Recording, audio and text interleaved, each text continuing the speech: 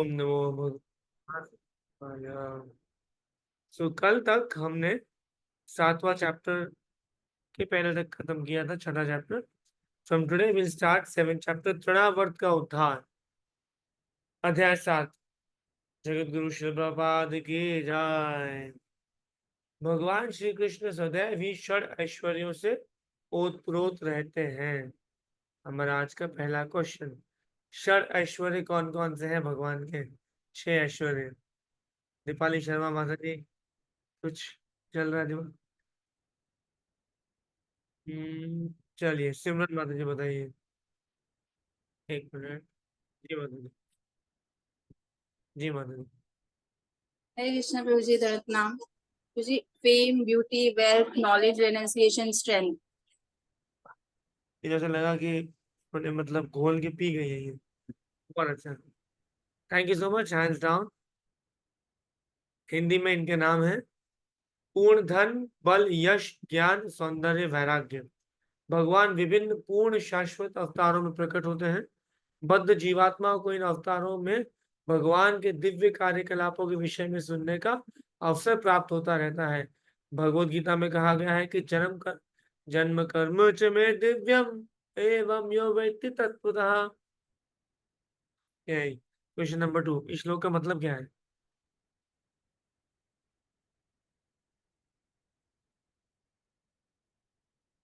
चलिए पुष्टि मार्ग के बाद माता जी से, सॉरी, माता जी से पूछते हैं। हरे कृष्ण प्रभु जी, दंडवत प्रणाम। प्रभु जी, ये श्लोक जन्म कर्म च मे दिव्यम एवं यो वेत्ति तत्वतः त्यक्त्वा देहम पुनर्जन्म नैति मामेति सो अर्जुन।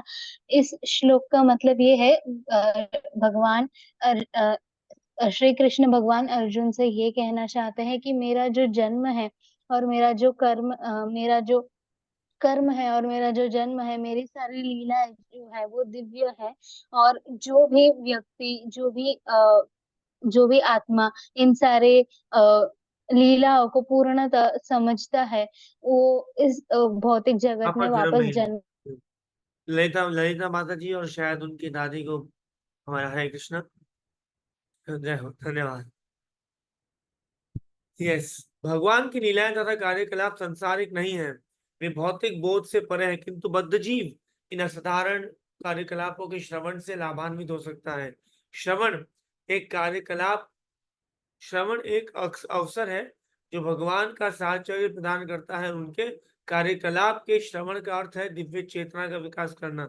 बद्ध जीव की स्वाभाविक प्रवृत्ति अन्य बद्ध जीवों के विषय में उपन्यास, नाटक, कथा आदि के माध्यम से कुछ ना कुछ श्रवण करने की होती है। अन्यों के विषय में कुछ ना कुछ श्रवण करने की इस प्रवृत्ति का उपयोग भगवान की लीलाओं के श्रवण करने में किया जा सकता है। तब मनुष्य तुरंत दिव्य प्रकृति की ओर विकास कर सकता है। कृष्ण की लीला न केवल सुंदर अपितु वह मन को मोहने वाली है। यदि भगवान की लीलाओं का श्रवण यदि कोई भगवान की लीलाओं का श्रवण का लाभ उठाता है तो प्रकृति की दीर्घकालीन संगति के कारण मन में संचित होने वाली कल्मश धूलि को तुरंत धोया जा सकता है। भगवान चैतन्य ने भी कौन सा वर्ष दिया है कल्मश को धोने के लिए? ऐसा कुछ है? यस हिमांशु प्रभु, चलेगा, सॉरी। कैमरा ऑन, जवाब का मौका। यस अंजलि माता जी, एक मिनट। यस माता जी। प्रभु जी, चेतो दर्पण मार्जना। बहुत बहुत धन्यवाद। चेतो दर्पण मार्जनम, यस। भौतिक कल्मश से मन के सारे कर्म ऑफ कोर्स हो जाते हैं। तो आत्म साक्षात्कार की विविध विभिन्न विधियां हैं, किंतु जब बद्धजीव इस भक्ति की विधि को, जिसका महत्वपूर्ण कार्य श्रवण करना है, अपनाता है तो इसके द्वारा उसका भौतिक कल्मश स्वतः धुल जाता है। उसे अपनी स्वाभाविक स्थिति का बोध हो जाता है। इस कल्मश के कारण यह बद्ध जीवन है, और जो ही ये कल्मश धुल जाता है त्यों ही जीवात्मा का अप्रकट कार्य अर्थात भगवान की सेवा करने का कार्य सहज ही जाग उठता है। परमेश्वर के साथ दिव्य संबंध स्थापित करने से वे भक्तों के साथ मित्रता करने का भी अधिकारी बन जाता है। महाराज परीक्षित ने व्यवहारिक अनुभव से निर्दिष्ट किया है कि प्रत्येक व्यक्ति भगवान की दिव्य लीलाओं को सुनने का प्रयास करे। यह लीला पुरुषोत्तम भगवान नामक कृष्ण नामक भाष्य इसी उद्देश्य से लिखा गया है कि पाठक को चाहिए कि मानव जीवन के चरम लक्ष्य के फायदा आप उठा सके। देन करते करते अब यहाँ पे आ जाते हैं हम। जब कृष्ण कुछ बड़े हुए और वे पलटने लगे और वे पीठ के बल ही नहीं लेटे रहते थे, तब यशोदा नंद महाराज ने दूसरा उत्सव अर्थात कृष्ण की पहली वर्षगांठ मनाई। उन्होंने कृष्ण जन्म दिवस या जन्माष्टमी का आयोजन किया, जो आज भी वैदिक सिद्धांतों के अनुयायियों द्वारा मनाया जाता है। भारत में सारे हिंदू जातिगत भेदभाव छोड़कर कृष्ण का जन्मदिन मनाते हैं। सारे ग्वाल और ग्वालिनों को इस हर्ष उत्सव में भाग लेने के लिए आमंत्रित किया गया। सुंदर वाद्य बज रहा था, जिसे सुनकर एकत्रित लोग आनंदित हो रहे थे। सारे विद्वान ब्राह्मणों को आमंत्रण दिया गया था और उन सब ने आकर कृष्ण के मंगल के लिए वैदिक स्तुतियों का उच्चारण किया। स्तुतियों के उच्चारण तथा वाद्यों के बजते समय माता ने कृष्ण को स्नान कराया। यह स्नान क्रिया अभिषेक कहलाती है और आज भी इसे वृंदावन के सारे मंदिरों में जन्माष्टमी दिवस के रूप में संपन्न किया जाता है। इस अवसर पर माता यशोदा ने प्रभूत अन्न राशि देने का स्वर्ण आभूषित से सज्जित उत्तम गाय तैयार की गई। यशोदा ने स्नान करके सुंदर वस्त्र धारण किए और भली भांति नहलाए तथा सज्जित बालक कृष्ण को अपनी गोद में लेकर ब्राह्मणों द्वारा उच्चरित वैदिक स्तुतियां सुनने के लिए बैठ गई। वैदिक स्तुतियों सुनते सुनते कृष्ण को गहरी नींद लग गई, अतः माता चुपके से जाकर उन्हें बिस्तर पर लेटा आई। इस शुभ अवसर पर सारे मित्रों, संबंधियों तथा वृंदावन वासियों का स्वागत करने में व्यस्त रहने के कारण यशोदा जी बालक को दूध पिलाना भूल गई। बालक भूख के मारे रो रहा था, किंतु शोर के कारण बालक का रोना न सुन पाई। अतः बालक ने अत्यंत क्रुद्ध होकर, क्योंकि वह भूखा था और उसकी माता ध्यान नहीं दे रही थी, अतः वह अपनी टांगे ऊपर उठाकर चरण कमलों को सामान्य बालक की तरफ पटकने लगा। बालक कृष्ण को एक छकड़े के नीचे रखा गया था और जब वे पांव पटक रहे थे, थोड़ा वर्त भी है और शकटा वर्त भी है इसमें, मतलब अकस्मात उनका पांव एक छकड़े के पहिए से छू गया, इससे वह छकड़ा चकरा चूर हो गया। Very good.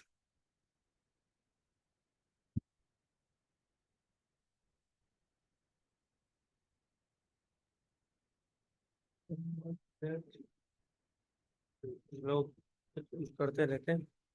छकड़े का पहिया धुरे से निकल गया, पहिए से सारे आरे टूट के इधर-उधर गिर गए। माता यशोदा तथा समस्त गोपियों नंद महाराज ने सारे ग्वाल आश्चर्यचकित थे कि ये छकड़ा किस तरह स्वतः टूट गया।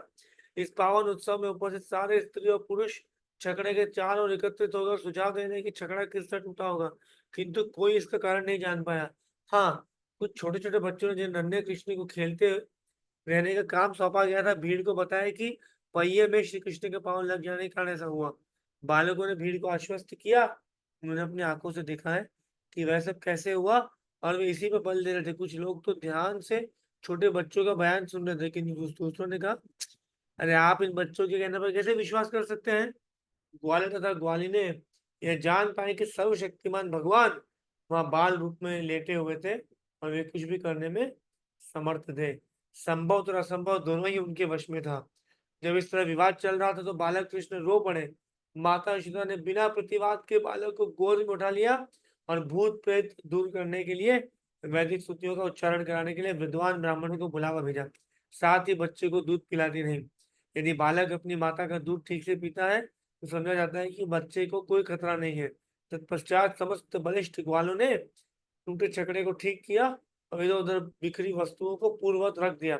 फिर ब्राह्मणों ने यज्ञ की अग्नि में घी, दही, कुश तथा जल की आहुतियां दी। उन्होंने बच्चे के मंगल के लिए श्री भगवान की पूजा की। वहां पर उपस्थित सारे ब्राह्मण सुपात्र थे, क्योंकि वे ईर्ष्याहीन थे। उन्होंने कभी असत्य का भाषण नहीं किया था। वे घमंडी नहीं थे। वे सब अहिंसावादी थे एवं प्रामाणिक थे। अतः ऐसा कोई कारण न था कि उनके आशीर्वाद व्यर्थ जाए। हाँ जी, किसके पास ऐसे ब्राह्मण है? एनीवन? जिसकी वजह से ब्राह्मण है जिसने आज तक असत्य नहीं बोला हो? एनीवन? प्याज लहसुन नहीं खाया हो, चाय कॉफी नहीं पी हो, आहुतियां तो मंत्र वेद वेद मंत्र याद हो। अरे हम 300 लोग हैं, एक ब्राह्मण नहीं है अपने पास? अरे नहीं, कोई तो होगा, कोई तो होगा यहाँ जो एक्चुअली जो ब्राह्मण है, मतलब इन द सेंस वो इज बॉर्न ब्राह्मण है, कोई तो होगा। फिर भी ये सब नहीं है। सबसे बड़ी इंपॉर्टेंट बात यहाँ माता श्री ने क्या कही है कि वहां पे सभी के सभी ईर्ष्या विहीन थे, विदाउट ईर्ष्या थे। सुपात्र ब्राह्मणों के दृढ़ विश्वास के साथ नंद महाराज ने अपने पुत्र को गोद में लेकर विविध औषधियों से मिश्रित जल के द्वारा उसे स्नान कराया। ब्राह्मणों ने ऋग्वेद, यजुर्वेद, सामवेद की स्तुतियां पढ़ी। कहा जाता है कि जब तक ब्राह्मण योग्य ना हो तब तक उसे वेदों के मंत्र पढ़ने नहीं चाहिए। यहाँ पर इसका प्रत्यक्ष प्रमाण है कि ब्राह्मण समस्त ब्राह्मण लक्षणों से संपन्न थे। नंद महाराज को भी उन पर पूर्ण श्रद्धा थी। फलतः उन्हें वैदिक मंत्रोच्चार द्वारा अनुष्ठान करने की अनुमति प्रदान की गई। यद्यपि विभिन्न कार्यों के लिए भिन्न भिन्न प्रकार के यज्ञों का विधान है, किंतु सारे मंत्र का उच्चारण सुपात्र ब्राह्मणों द्वारा ही होना चाहिए, क्योंकि इस कली काल में ऐसे सुपात्र ब्राह्मण उपस्थित नहीं है, उपलब्ध नहीं है। अतः समस्त वैदिक यज्ञ अनुष्ठान वर्जित है। इसीलिए श्री चैतन्य महाप्रभु ने इस युग के लिए केवल एक प्रकार के यज्ञ की संस्तुति की है, और वह है संकीर्तन यज्ञ, अर्थात हरे कृष्णा कृष्ण कृष्ण हरे हरे, हरे राम राम राम हरे हरे का जप, महामंत्र का जप। जब ब्राह्मणों ने वैदिक स्तुतियों का उच्चारण किया और दूसरी बार विधि विधान से संपन्न कराया, तो नंद महाराज ने पुनः उन्हें प्रभुत अन्न तथा गाय भेंट में दी, दान में दी। दान की गई सारी गायें दान की गई सारी गायें सुनहरे गोटों वाले वस्त्रों से आभूषित थी। उनके खुर चांदी के पत्रों से मढ़े थे। उनके सींग सुनहरे छल्लों से सजाए थे। उनके गलों में फूलों के हार पड़े थे। उन्होंने अपने सुंदर पुत्र के कल्याणार्थ अनेक गायों का दान किया और बदले में ब्राह्मणों ने हार्दिक आशीर्वाद दिया। ब्राह्मणों द्वारा प्रदत्त ये आशीर्वाद कभी निष्फल नहीं हो सकते थे। एक दिन इस उत्सव के तुरंत बाद, जब माता यशोदा बालक को अपनी गोद में लेकर दुलार रही थी, बालक बहुत भारी लगने लगा और वे उसे उठाने में असमर्थ अनुभव करने लगी। अतः उन्होंने इच्छा न होने पर भी बालक को जमीन पर बिठा दिया। थोड़ी देर बाद वे गृह कार्य में व्यस्त हो गई और उसी समय कंस का एक सेवक, जो कि राक्षस था, जिसका नाम था तृणावर्त, कंस के आदेश अनुसार बवंडर के रूप में वहां प्रकट हुआ। उसने बालक को अपने कंधे पर चढ़ा लिया और सारे वृंदावन के ऊपर एक भारी अंधड़ उत्पन्न कर दिया। फलस्वरूप सारे लोगों की आंखें धूल से भर गई और संपूर्ण वृंदावन क्षेत्र इतने गहन अंधकार से पूर्ण हो गया कि कोई किसी को देख नहीं सकता था। इस महान उत्पात के समय माता यशोदा को अपना बच्चा नहीं दिखाई दिया, क्योंकि उसे तो बवंडर उड़ा ले गया था। अतः वे करुणा से रोने लगी। वे पृथ्वी पर उस प्रकार गिर पड़ी जिस प्रकार बछड़ा खो जाने पर गाय बेहोश हो जाती है। जब यशोदा इस तरह विलाप कर रही थी, सारी ग्वालियर तुरंत वहां आ गई और बालक की खोज करने लगी, किंतु वे बालक को नहीं पा सकी। अतः निराश हो उठी तृणावर्त दानव बालक को अपने कंधे पर उठाकर आकाश में बहुत ऊपर चला गया था, किंतु बालक ने अपना भार इतना बढ़ा लिया कि सहसा वह और ऊपर नहीं जा सका। अतः दानव को अपना उत्पात बंद करना पड़ा। बालक कृष्ण को अपने को इतना भारी बना लिया कि दानव अपनी गर्दन पकड़कर नीचे बैठने लगा। चुनावर्त को लगा कि यह बालक विशाल पर्वत हो। वह उसके चंगुल से निकलने का प्रयास करने लगा, किंतु ऐसा नहीं कर पाया। उसके नेत्र गोलक से बाहर निकल आए। वह चित्कार करता हुआ वृंदावन की भूमि पर गिरकर मर गया। यह असुर शिवजी के बाणों से बिंदा त्रिपुरा सुर के समान गिर पड़ा। वह पथरीली भूमि पर गिरा था, अतः उसके अंग प्रत्यंग क्षत विक्षत हो गए। उसका शरीर समस्त वृंदावन वासियों को दिखाई देने लगा। जब गोपियों ने असुर को मरा हुआ तरह बालक को उसके शरीर पर प्रसन्नता पूर्वक खेलते देखा, तो उन्होंने अत्यंत प्रेम पूर्वक उसे उठा लिया। सारे गोप तथा गोपियां अपने प्राण प्रिय कृष्ण को पाकर अत्यंत प्रमुदित हुए। उस समय वे परस्पर बातें करने लगे। कितना आश्चर्य की बात है कि यह असुर इस बालक को खा जाने के लिए भागा था, किंतु ऐसा नहीं कर पाया। उल्टे वह गिरकर ही मर गया। उनमें से कुछ ने इस परिस्थिति के समर्थन में कहा, ये उचित ही हुआ, क्योंकि जो पापी होते हैं वो पाप फल से मर जाते हैं। यह बालक पवित्र है, इसीलिए सभी प्रकार की विपदाओं से बच सका।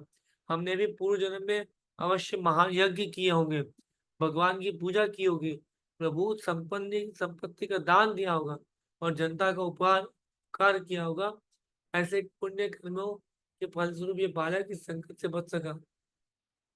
वहां पर समवेत गोपियां परस्पर कहने लगी, पूर्व जन्म में हमने कैसी तपस्या की होगी, हमने अवश्य भगवान की पूजा की होगी, विविध प्रकार के यज्ञ किए होंगे, दान दिए होंगे, वट वृक्ष लगाए होंगे, कुएं खुदवाए जैसे कल्याणकारी कार्य किए होंगे, जिन पुण्यों कार्यों के परिणामस्वरूप हमें हमारा बालक वापस प्राप्त हो सका, अन्यथा वह मर ही चुका था। अतः वह अपने परिजनों को जीवन दान देने के लिए लौट आया है। ऐसी विचित्र घटनाएं देखकर नंद महाराज को वसुदेव के यह वचन बार बार याद आने लगे। इस घटना के बाद एक बार यशोदा अपने पुत्र को प्रेम पूर्वक स्तनपान करा रही थी, दुलार कर रही थी, उनके स्तनों से दूध की धारा बह निकली, और जब उन्होंने अपनी उंगलियों से बालक का मुख खोला तो अचानक उन्हें मुख के भीतर सारा ब्रह्मांड दिखाई दिया। उन्होंने कृष्ण के मुख के भीतर नक्षत्रों सहित पूरा आकाश, चारों दिशाएं, तारे, सूर्य, चंद्र, अग्नि, वायु, समुद्र, द्वीप, पर्वत, नदियां, जंगल, सारे जड़ जंगम प्राणी देखे।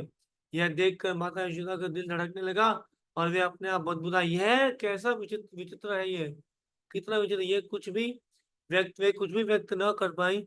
बस उन्होंने अपनी आंखें मूंद ली, वे विचित्र भाव में लीन हो गई। कृष्ण द्वारा अपनी माता की गोद में लेटे रहकर अपने विराट रूप का प्रदर्शन करने का यह सिद्ध करता है कि भगवान सदैव भगवान होते हैं, चाहे माँ की गोद में लेटे हो या कुरुक्षेत्र युद्ध भूमि में सारथी बने हो। इससे निर्विशेषवादियों का यह मनगढ़ंत विचार कि मनुष्य ध्यान या किसी कृत्रिम कर्म द्वारा भगवान बन सकता है, झूठा सिद्ध हो जाता है। ईश्वर चाहे जिस भी दशा में रहे, ईश्वर ईश्वर है और जीव सदा परमेश्वर के अंश रूप में है। वे कभी भगवान की अकल्पनीय अलौकिक शक्ति के बराबर नहीं कर सकता। इस प्रकार लीला पुरुषोत्तम भगवान श्री कृष्ण के अंतर्गत तृणावर्त का उद्धार नामक 7वें अध्याय का भक्ति वेदांत तात्पर्य पूर्ण हुआ। हरे कृष्णा। कौन से दो असुरों का वध हुआ? जल्दी से हैंड रेस, कोई टाइप नहीं करेगा। कौन से दो असुरों का वध किया इस बार इस एपिसोड में? ओके, आरती, चलिए दीपाली माता जी, बहुत टाइम दोनों चांस नहीं मिला। दीपाली माता जी। तृणाव्रत तृणावर्त और और यस आरती माता जी। प्रभु जी, तृणावर्त और पूतना। नहीं नहीं, पूतना तो आई नहीं अभी इसमें, इस बार के एपिसोड में हमने आज पढ़ा। यस अश्मित माता जी। एक मिनट, अरे हाँ, पल्लवी माता जी आप बता दीजिए। तृणावर्त एंड शक्तावर्त। यस, बहुत अच्छा, शट काफी काफी thank you so much, hands down कर लीजिए। Hare Krishna, thank you so much.